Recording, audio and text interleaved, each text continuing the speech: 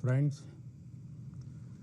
सबसे पहले मैं आप सभी को और दुनिया भर के लोगों को और विशेषकर क्रिश्चियन कम्युनिटी को आज की इस महत्वपूर्ण पर्व पर अनेक अनेक शुभकामनाएं दूंगा।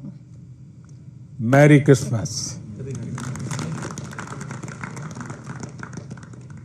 ये मेरे लिए बहुत सुखद है कि स्पेशल और सेक्रेड अवसर पर आप सब मेरे निवास स्थान पर आए हैं।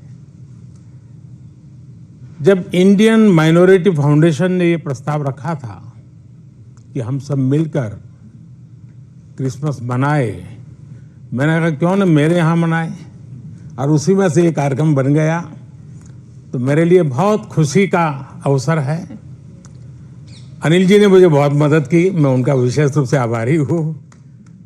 इस पहल के लिए मैं माइनॉरिटी फाउंडेशन का भी बहुत आभारी हूँ।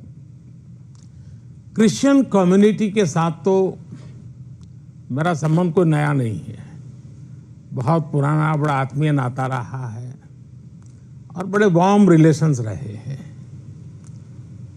गुजरात का सीएम रहने के दौरान मैं ईसाई समुदाय और उनके लीडर्स के साथ अक्सर मेरा मिलना जुलना रहता था, और मैं मणिनगर जहाँ से चुनाव लड़ता था वहाँ बहुत बड़ी मात्रा में आबादी भी है, और इसके कारण मेरा स्वाभाविक नाता रहता था। कुछ ही वर्ष पहले मुझे द होली पोप से मिलने का भी सौभाग्य मिला था। वो वाकई मेरे लिए बहुत ही यादगार पल था। हमने इस धरती को बेहतर जगह बनाने के लिए social harmony, global brotherhood, climate change और इंक्लूसिव डेवलपमेंट, ऐसे कई विषयों पर और लंबे समय तक बैठ करके बातें की थी। फ्रेंड्स, क्रिसमस वो दिन है जब हम जीसस क्राइस्ट के जन्म को सेलिब्रेट करते हैं।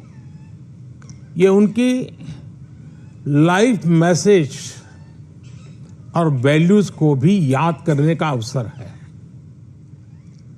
जीसस ने करुणा और सेवा के मूल्यों को जिया है।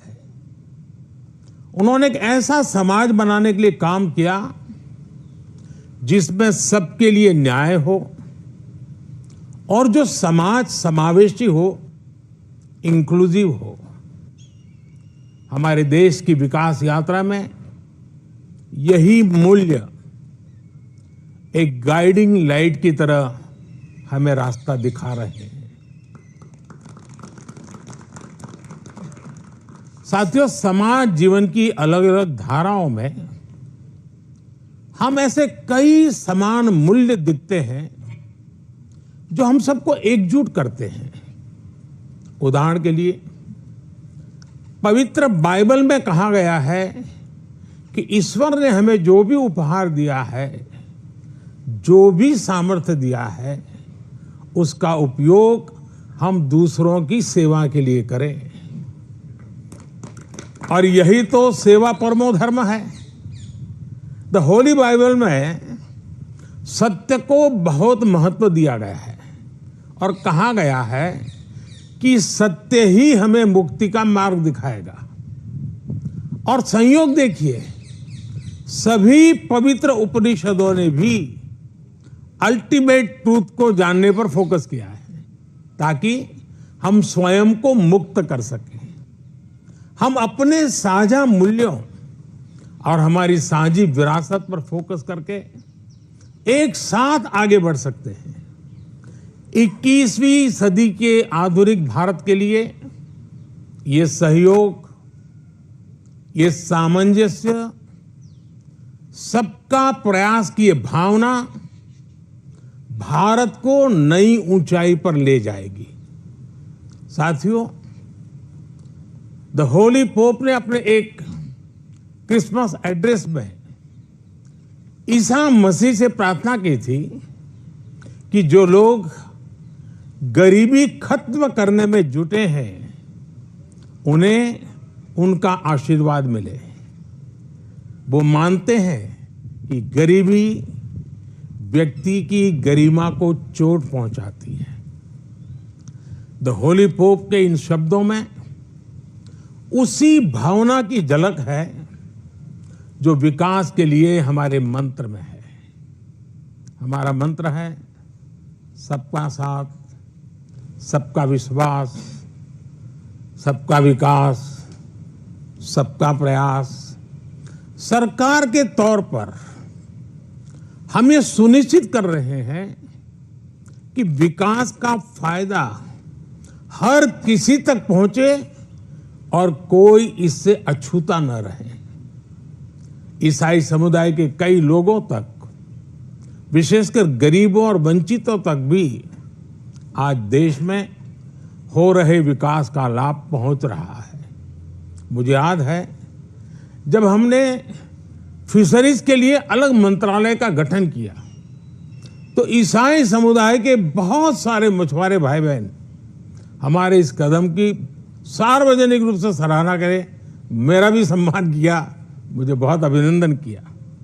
साथियों, क्रिसमस के इस अवसर पर मैं देश के लिए, क्रिश्चियन कम्युनिटी के लिए एक बात जरूर योगदान करूंगा कि आपके योगदान को भारत गर्व से स्वीकार करता है। ईसाई समुदाय ने फ्रीडम मूवमेंट में महत्वपूर्ण भूमिका निभाई है। फ्रीडम स्ट्रगल में क्रिश्चियन कम्युनिटी के कई थिंकर्स और लीडर शामिल थे। गांधी जी ने स्वयं बताया था कि नॉन कोऑपरेशन मूवमेंट की परिकल्पना सेंट स्टीफेंस कॉलेज के प्रिंसिपल सुशील कुमार रुद्र की छत्रछाया में रची गई थी। साथियों, ईसाई समुदाय ने समाज को दिशा देने में निरंतर महत्वपूर्ण भूमिका निभाई है। समाज सेवा में क्रिश्चियन कम्युनिटी बढ़ चढ़कर हिस्सा लेती है और आपकी कम्युनिटी गरीबों और वंचितों की सेवा के लिए हमेशा आगे रहती है। एजुकेशन और हेल्थ केयर जैसे महत्वपूर्ण क्षेत्र में आज भी पूरे भारत में ईसाई समुदाय के संस्थान बहुत बड़ा योगदान दे रहे हैं। फ्रेंड्स, 2047 तक विकसित भारत बनाने का जो लक्ष्य है, इस लक्ष्य के साथ हम अपनी विकास यात्रा को तेज गति से आगे बढ़ा रहे हैं, लगातार कोशिश कर रहे हैं। इस विकास यात्रा में हमारे सबसे महत्वपूर्ण साथी अगर कोई हैं तो वो हमारे युवा है। निरंतर विकास के लिए ये बहुत आवश्यक है कि हमारे युवा फिजिकली, मेंटली और इमोशनली फिट और हेल्दी रहें।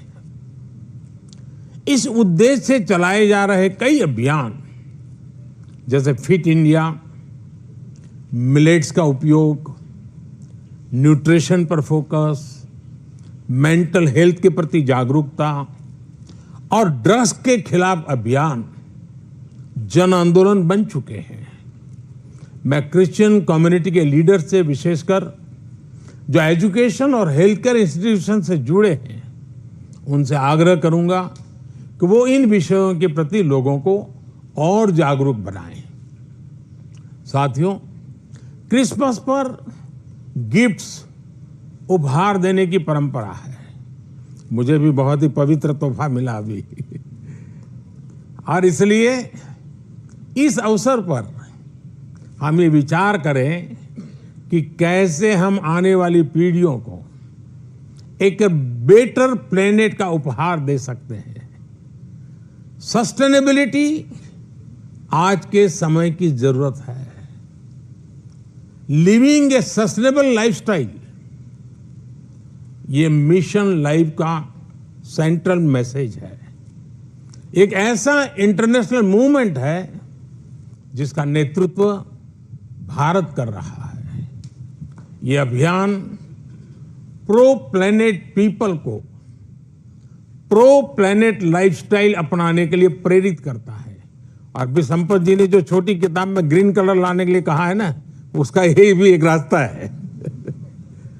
और उदाहरण के लिए रीयूजिंग और रिसाइकलिंग, बायोडिग्रेडेबल मटेरियल्स का इस्तेमाल, मिलेट्स श्री अन्न को अपनाना, मिनिमल कार्बन फुटप्रिंट वाले उत्पादों को खरीदना, ऐसी कई चीजों को हम अपनी डेली लाइफ का हिस्सा बना सकते हैं और बड़ा बदलाव ला सकते हैं। और मैं मानता हूं क्रिश्चियन कम्युनिटी जो इतनी सोशली कॉन्शियस होती है, वो इस मिशन में प्रमुख भूमिका निभा सकती है, नेतृत्व कर सकती है। साथियों, एक विषय वोकल फॉर लोकल का भी है। जब हम स्थानीय उत्पादों को बढ़ावा देते हैं, जो हम भारत में बनी वस्तुओं के एम्बेसडर बनते हैं, तो ये भी तरह से देश सेवा ही है।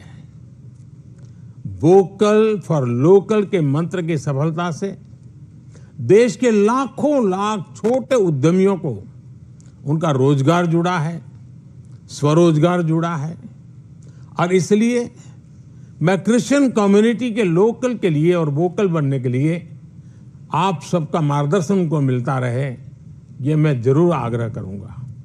साथियों, एक बार फिर हम कामना करते हैं कि फेस्टिव सीजन हम एक राष्ट्र के रूप में और मजबूत करें, सभी देशवासियों को और करीब लाएं। ये त्योहार हमारी डाइवर्सिटी में हमें एकजुट रखने वाली बॉन्डिंग को मजबूत करें। आप सबको मेरी तरफ से फिर से बहुत बहुत शुभकामनाएं हैं। और आप सब समय निकाल करके आए, और आप मुंबई से स्पेशली उस आयु में भी दौड़ करके आए। वैसे मुझे आप में से कईयों के निरंतर आशीर्वाद मिलते रहते हैं, मुलाकात, मार्गदर्शन मिलता रहता है, लेकिन आज सबको एक साथ मिलने का मौका मिला। मैं फिर एक बार आपका धन्यवाद करता हूं। मैं इन बच्चों का विशेष रूप से आभार व्यक्त करता हूं कि उन्होंने आज के हमारे इस पर्व को अपने स्वर से, अपनी भावनाओं से और मजबूत बनाया है। इन बच्चों को मेरा बहुत बहुत आशीर्वाद।